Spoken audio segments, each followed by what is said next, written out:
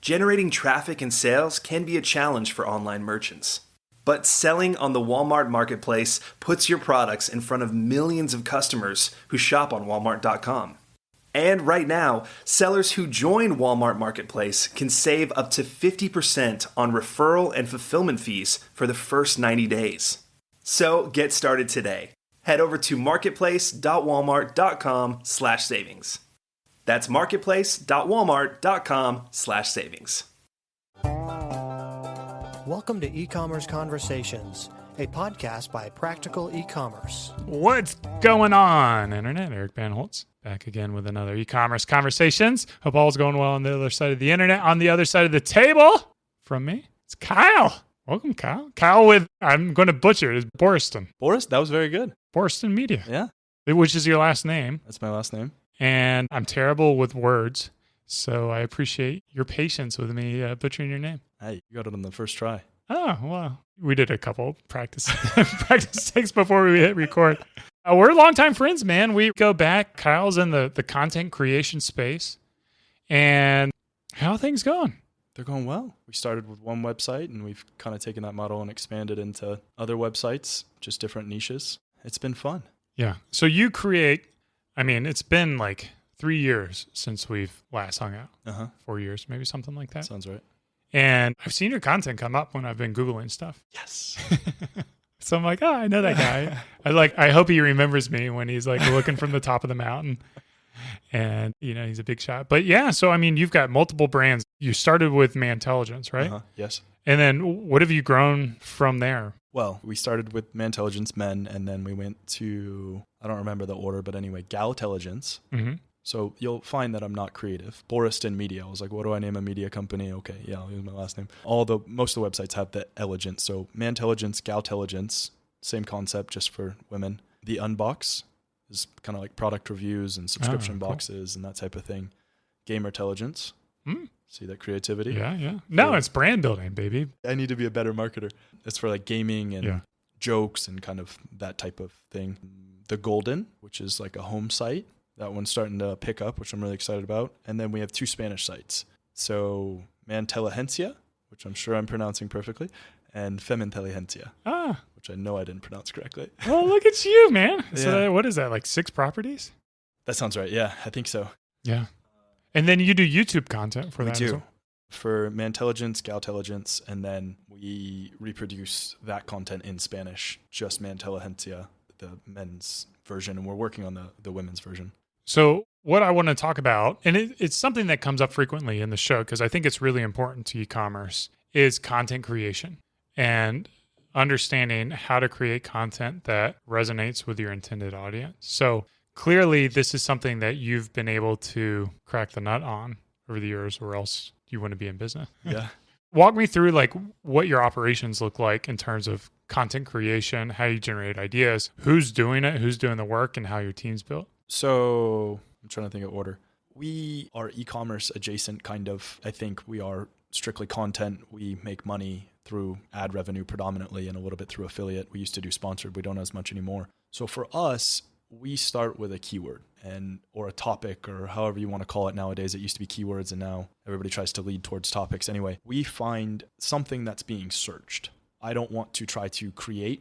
I'm not a good enough marketer to create searches and volume and awareness of something. So I find something that already has that volume. We use data sources. Like Ahrefs or Ahrefs, Moz, whatever, however you say it. Even Google has like a basic version, or Surfer SEO has a kind of basic version. We find a keyword that has volume. So you just have an idea and you're like, I'm on Mantelligence. What do men want? Like how to pick up girls, or like how to drive fast. Right. We haven't done that one, but here's an idea for there you go. Or beard products, or beard styling. Right. So you'll have this concept, you'll take it to Ahrefs and then just type in beard and kind of see what are the keywords that come up. Yes. And then we try to find some grouping in it, not just do a one-off in something, because I don't think that's good for user experience or any readers or your subscriber list. So you'll do like a group of content produced around this topic? Yeah. And generally still to be correlated to your main website. Right. And then we write it and dress it up. So I'm going to dig in a little more. Like how many pieces of content is going to be around this topic? What is the expectation for that? It depends. We try to focus on bigger keywords because, like I said, most of our monetization is through ads. So for example, if a keyword is searched less than 500 times a month, we'd consider writing it. We might not because it's a volume game. So sorry, your question was how many pieces? It depends. Some topics or some kind of groups of keywords only have 1 or 2, 3, 4, 5 keywords. Some have 40, 50. Okay. It depends. And we don't always go all the way through. It kind of depends also how well the keyword does with our audience on our website. And if it does well, we might continue. Yeah, sorry, it's not a direct answer. Yeah. But So are we thinking like 2 to 10 pieces of content? yeah, be a good place. Okay. Especially to start. Yeah. Just depending on the topic and the keywords that you can hit within that topic. Yeah. Okay. And each of these pieces, are they generally like 1,000 words, 2,000 words, or is, again, the same thing? It depends on the topic. And well, yes and no. It definitely depends on the topic. And it's funny, I don't know why, when you started saying word count, I'm laughing here because I remember we wrote a piece of content that was 10,000, maybe it was 11,000 words. Wow. It didn't do well. So that was work. Yeah, that was early days. I learned a lesson with that, but we try to shoot for like 1,500, 2,000. Some being shorter. If it's like a product review, for example, it'll be shorter. Or, those are the shorter ones. Okay. Mostly 1,500 to answer the question concisely. So before I rudely interrupted you, you're talking about then you hand it over to your writers. Yes. So continue on about that. We hand it to a writer. We try to find somebody who has a general understanding of the topic or has expressed interest in it, so they'll be willing to research it well. So these are like freelance writers you just find on Upwork or? Mostly Craigslist, actually. Oh, really? I didn't have good experience with Upwork. When you do Craigslist, are you able to search like globally or nationally or? Ironically, I post in Austin and I have for years. I always found good success in finding people there. Huh. But I say it's ironic because I didn't always live in Austin. Yeah, sorry, I realized that context is needed. But nowadays, when I post in Austin, I would say 50% of the applicants are global somewhere else or outside of Austin. So they're looking in the Austin job board. Yeah. I don't know if there's some tool that aggregates job postings and I don't know. But yes, they do find me somehow. Yeah. Are you specific for the blog article or is it just like I'm looking for writers, 25 cents a word kind of deal? We try to find people who kind of match our voice, the voice that we use in our writing and our style and everything. So no, I send the same prompt every single time. So I read the same review of a product so I'm able to kind of compare it. If they're able to sell the product well, if they match our kind of writing style, if they've gone to the website and they've looked at our other product reviews and they try to emulate that, then we go from there and we kind of have a conversation about what their interests are and what they would want to write about, that type of thing. Okay. And then you've essentially built I assume, a pretty good database of freelance writers that you can tap at any given minute. It ebbs and flows, but yes. Yeah. Yeah. That's got to be the hard thing, man, just like managing talent and keeping that brand consistent. Yeah, definitely. Yeah, it is. And how good are they at hitting deadlines? Usually pretty good. Okay. We kind of weed out the ones who aren't. Yeah. What's the going rate for a freelance writer? Is it like 25 cents a word or higher, lower? Depends on how long it is. Depends on what it is, what the focus is. Yeah. It just depends. Give me a number, Kyle. Don't leave me hanging here. I don't know. We pay anywhere from 3 cents a word to 10. Okay. Yeah. So I was paying way too much. I was going to say, that's why I didn't want to give my number because yours is so much higher. Well, I mean, I think it helps people to know what is realistic and what's not realistic. And I do find, though, that I'm answering a question you're not asking, but I have found that the more I pay, it doesn't always equal a better writer. Okay. So if we post the lower rate on the ad, I find it's usually very junior people, just having graduated college or somebody who has a full-time job. They're all independent contractors. So they could have a full-time job and they could be writing for us on the side and they're just trying to get into it. So I find that we do have kind of a bit more churn because I think we have a lot of people who are getting their feet wet and we're kind of their starting point. They can't do it full-time, making 3 cents. They can't, yeah. Right. But they're building that experience and expertise and right. getting their name out there. Right. So there's a little bit of benefit for them. So then you manage these freelancers, you give them the topic, you have them write it, they deliver on the deadline, and then you post. How are you getting are you adding like photography assets to that as well? Or yeah, we use stock photos is the short answer. We use a bunch of different sources. Yeah. Yeah, I find it dresses it up well. And then we've started to add our own, like we'll create an infographic or something like that. We've started adding quizzes. We try to dress it up in any way to make it nicer. Yeah. Add a table of contents But all those things that you're adding to it. So stock photography is pretty simple. You go to, like Getty.com or iStockPhoto or whatever the source is online. Yeah. In terms of like infographics, same thing for writers. You're finding designers who will work on a freelance basis to create something for you. Exactly. And then You guys have also been doing a lot of video too. Is that the same thing? You post freelance video work? In Austin. Yeah. No way, really. Uh-huh. All on Craigslist, huh? Yeah, predominantly, yeah. So how big is like your full-time team? We don't have one. It's just you. Yeah, it's just independent contractors. It's kind of that like decentralized, or I don't know the right word for it. Yeah. Everybody's remote nowadays too, so it works out. Yeah. So one thing that we kind of talked about right before we hit record was, SEO, right? Search engine optimization. Everyone wants to crack that nut. I assume most of the traffic that you're getting to your properties are through organic search methods.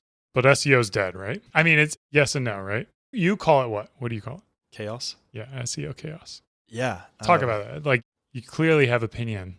I do. It's like, to be honest, it's not like formulated. It's kind of like a bunch of jumbled thoughts.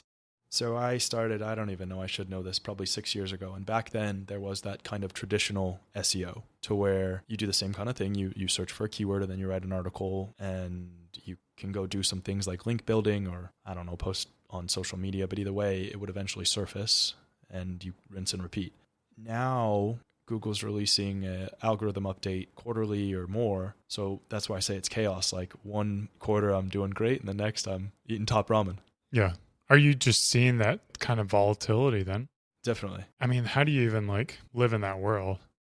Well, luckily we started long enough ago, so we have a bit of a foundation. I think for somebody starting now, it would be a lot harder because, you're doing well for, let's say and as a quick aside, I think nowadays to kind of get into this game, it's not like the 2, 3, 4 months or 6 months or a year or whatever. Now it's like 2 or 3 years of consistently publishing, or just publishing a lot of content quickly. But to answer your question, we've done it for long enough that I think we have some kind of authority in topics and authority generally. And so we lose in one hand in maybe one side of the site, but another side of the site stays well or gains. So there's always something. It is stressful though, to answer concisely again. Yeah.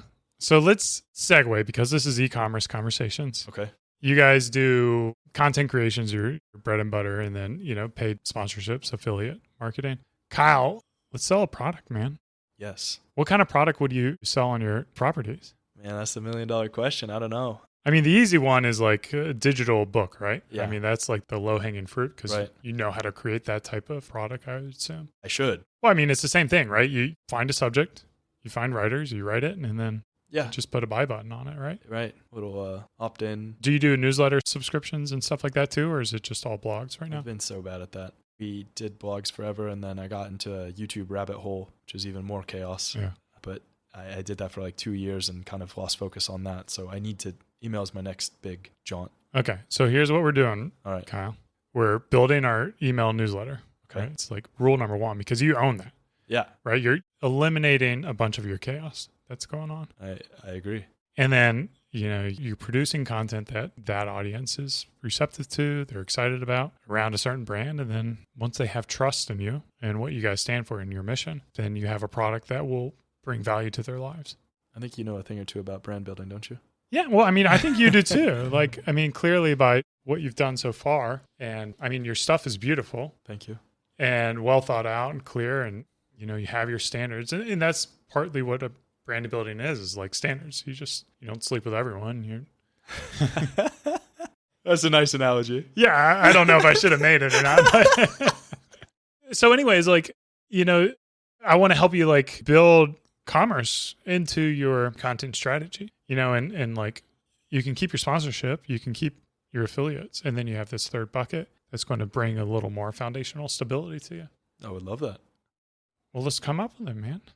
See, the problem is I don't have the idea. I need the idea to make the well, product. so what is your top property right now? Intelligence. Is still your top property. And same with the YouTube channel is by far the biggest. Yeah. And what are your top content pieces that people tend to gravitate towards? It varies, but it's become more and more centered around dating. Okay. So we originally created back to YouTube, a YouTube channel, just Intelligence, and we kind of tried to do all different topics. And then I found the more I did on dating, the better it did. So we rebranded it as Intelligence Dating. So we have that kind of topic on our website, and then we have a YouTube channel specific to dating, and then we republish that content on Facebook, and that's just recently picked up. So we kind of have those 3 all centered around dating. Yeah. I mean, I think there's a lot of options you can do with that. It's just coming up with date night ideas. you could build like, I assume most of your dating stuff is like single people, right? Yes. Okay. Well, I mean, married people. We go on dates. Sorry. Yeah, that makes because when I think about me and my situation, like dating's hard for me but we've got 2 kids and like getting a babysitter, so like how can you ease that? How can you bring date night ideas in at home where you can have dates at home in a special way. Right. And like, that's an easy cost benefit analysis. It's like, if I could have a date night at home in a way that makes it really special where the kids are, I know they're safe and they're sleeping. And then my wife and I are doing something. Normally I pay $50 or $100 for a date night when you factor in like the babysitter and all that. Paying a service to come up with date night ideas is a cost benefit analysis, super easy. Yeah. So there's something like that. You could do a service, like a monthly service, $25 a month or something. Here's the ideas for you and your partner. I love that. I saw a subscription box. Yeah. So they did something like that to where they would send you a box and it was meant to be like a date in a box. Yeah. I thought that was cool. You could even do it cheap and do all affiliate links too. Yeah. Especially to start. Yeah. Yeah. But I think like, you always want customers that pay money. I feel like you just get better customers that way. Less support, less drama. Yeah, I guess you would have to do support on free customers too. Sorry, this is out of my scope. I like that. Yeah, no, I realized as we're talking about this, certainly more of our audience is single. Yeah. So clearly, like, you'd have to create content around the married person and the kids to start generating that audience to put them in the funnel, to put them on the newsletter. Right.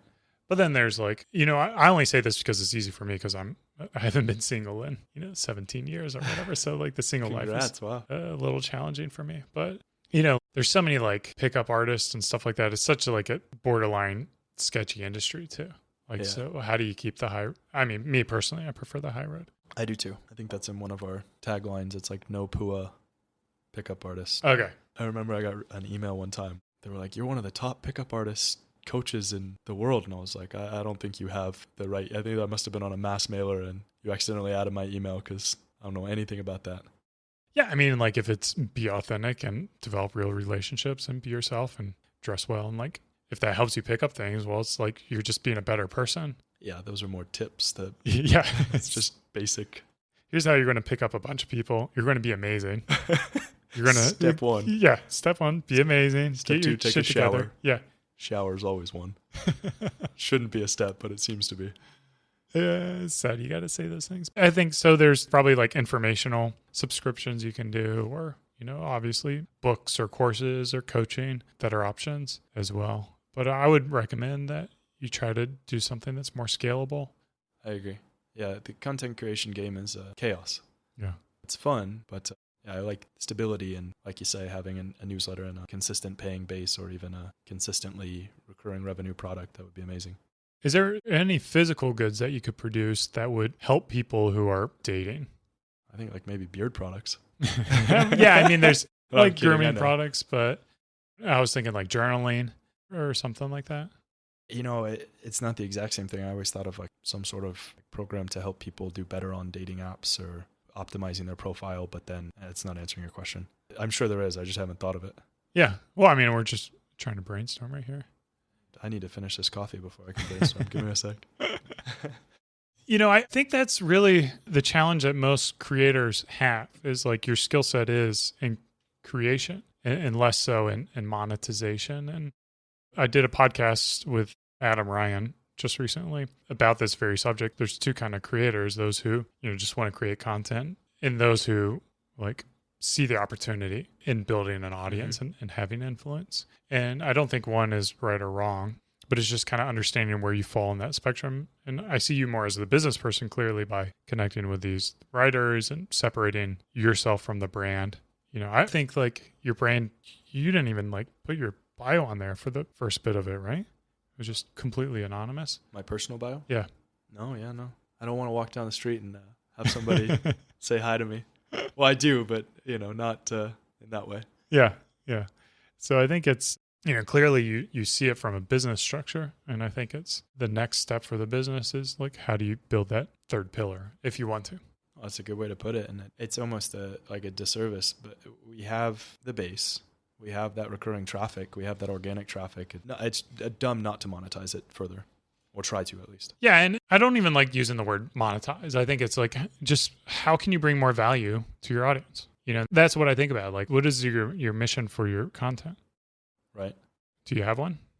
Not in a concise manner, but basically we just try to make the best content for whatever the topic is. Whenever anybody hits our content, we want that to be it for them. We want to answer all their questions and all the questions they didn't know that they had. We try to make it fun. Doesn't answer your question. No. Yeah. So, I mean, like, I think like you're 100% owner of your business.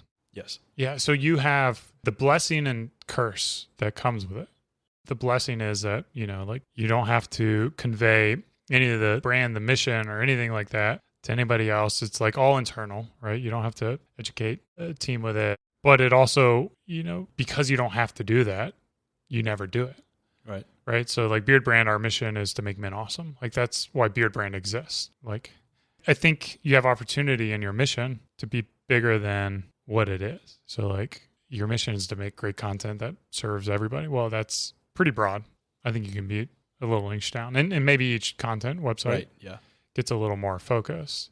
They do. So it's like Man Intelligence is to help make men better, more intelligent men. Yeah, like to make men more intelligent. Like, I guess I do have a mission statement. Yeah. And it could just be as simple as that. It's like, well, we're intelligence. We make men more intelligent. Right. So it's like, what can you do to help make men more intelligent? And then once you understand that, like, that's my mission.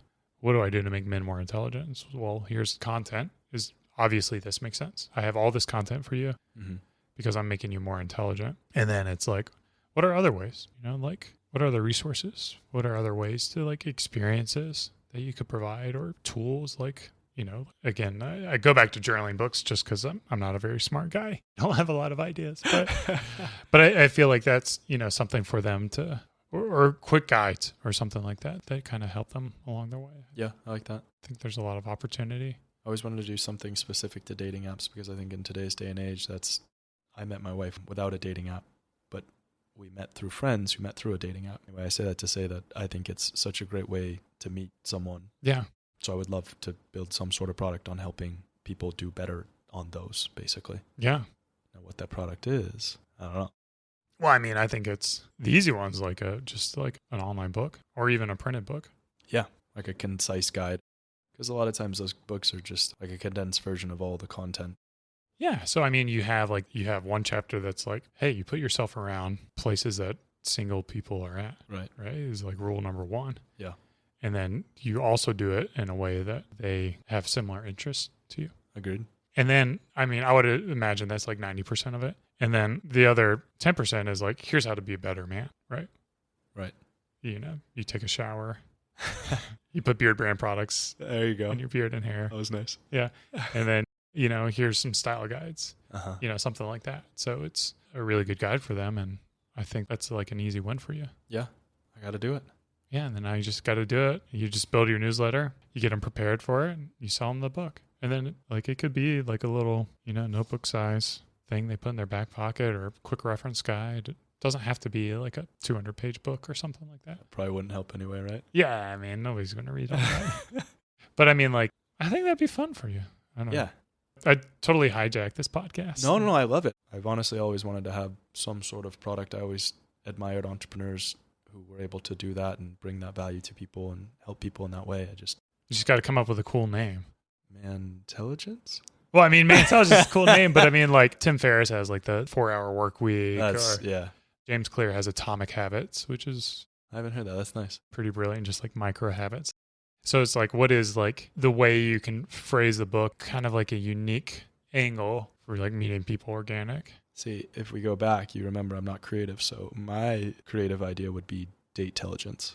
Okay. I mean, like if people are familiar with Man Intelligence, they come through the funnel, then that makes sense. Right. We'll probably convert. But if you're going like cold traffic, you're paying for ads on Facebook to drive someone to buy the book. You don't like Date-telligence? Well, I don't know. I'm not the target audience. You'd have to do like testing, right? So you do testing to see what works and what doesn't work. Right. I like it. I got to do it. Let's do it. Yeah. Yeah. Sweet, man. Where can people learn more about you? Where can they, contact you? So the site we've been talking most about, manintelligence.com. Go to the contact form, or you can send to Kyle, Kyle, at manintelligence.com, or you can go to Bourestonmedia.com. I shouldn't have done that one. Nobody's going to be able to spell that. Go look at the show notes. I think there'll probably be a link there. That's helpful. Thank you. Sweet, man. Well, I enjoy our time together, and talking with you always gets my creative juices flowing. So I appreciate you being very receptive to all my random ideas. I love it, man. You're the idea guy. Yeah. I'm not the execution guy. I just come up with ideas. Yeah, I'm sure. So I hope you guys picked up a nugget or two on the other end of the internet. This has been another e-commerce Conversations. Cheers. Keep on growing.